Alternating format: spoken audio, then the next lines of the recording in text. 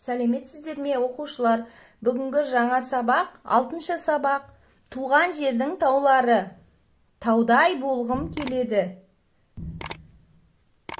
Ала сартып асуын, өткелдерін, астыма әкеп төсейді көк белдерін. Алып тауды бесік қып, өсіпсің ғой.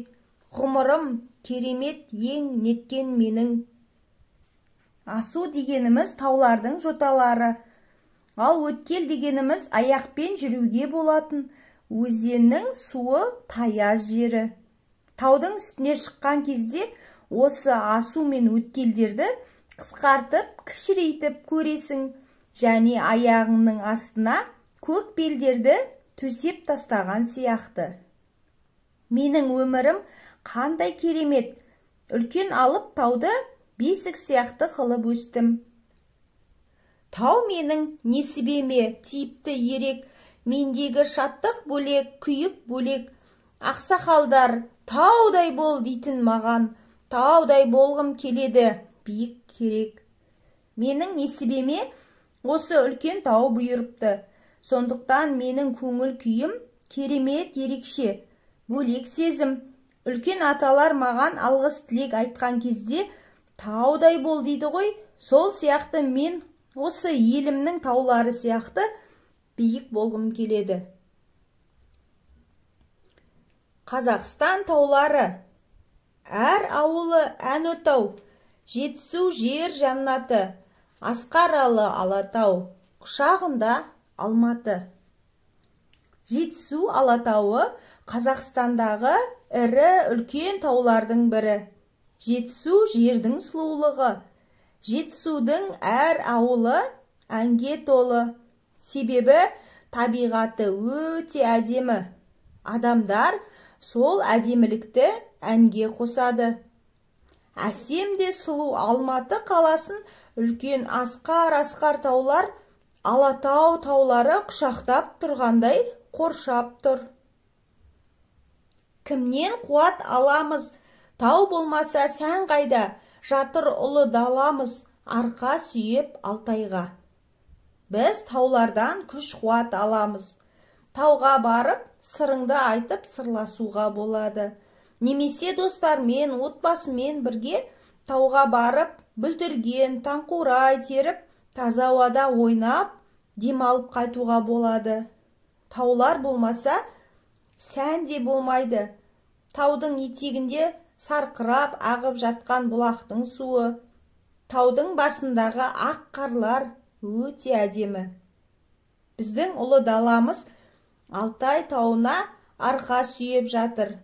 Алтай тауында өзен де, көл де көп. Көкке жеткен түндігі, тауларым мен мақтанам. Ұлытау жер кіндігі, ұлт бірлігін сақтаған. Түндік дегеніміз киіз үйдің шаңырағына жабылатын киіз, яғни аспанға дейін жеткен түндігі бар тауларыммен мақтанамын. Ұлытау таулары жердің кіндігі сияқты. Ұлытау бұл ата-бабаларымыздың мыңдаған ғасырлық рухани аңызына айналған, ақындары жырлаған қазақ халқының қасиетті жері.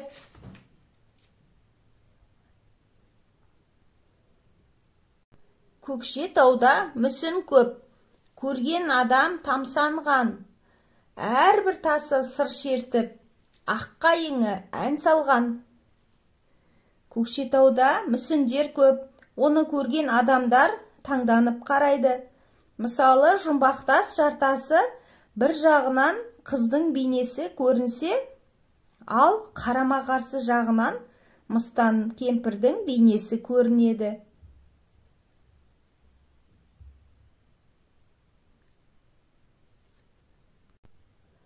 Бұл жұмбақтастың өзіндік сыры бар.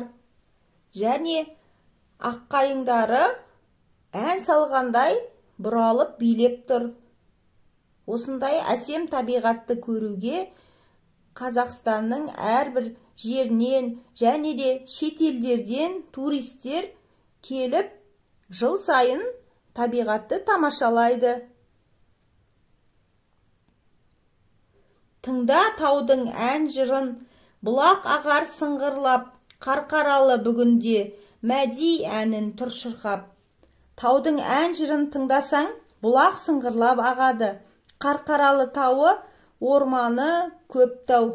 Ақын әнші Мәди Бәпиұлы Қарқаралының заңғар тауларын, сұлу табиғатын жырға қосады.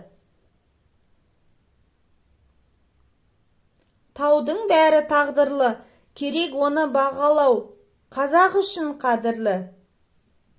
Қасиетті Қаратау. Қаратау тауы қасиетті тау, ол қазақ үшін қадірлі. Таулардың бәрінің өзінің тарихы бар. Тауларымызды бағалауымыз керек. Тау жуынса жауынға, тас та жібіп бұлқынған. Баянауыл тауымда сұлулық пен сыр тұнған. Ақыл құйған санама, ата мекен аумағы, көрік берген далама, Қазақстан таулары. Баянауыл тауы сұлулыққа, сырға толып тұр. Ол тауда қарақат, жидек, бүлдірген, таңқурай, саңырауқұлақ тағы басқалар өседі. Егер жаңбыр жауса, таудың тасы да жібіп жұмсарады. Қазақстанымның таулары далама көрік береді. Атамекен туған жерімнің аумағы менің санама ақыл құяды. Оқушылар, сабақ түсінікті болды ма? Біздің Қазақстанымыздың тауларымен таныс болдыңыздар ма? Сабақ ұнаса, Суретті әдебиет каналына тіркеліп, достарымызды шақырайық.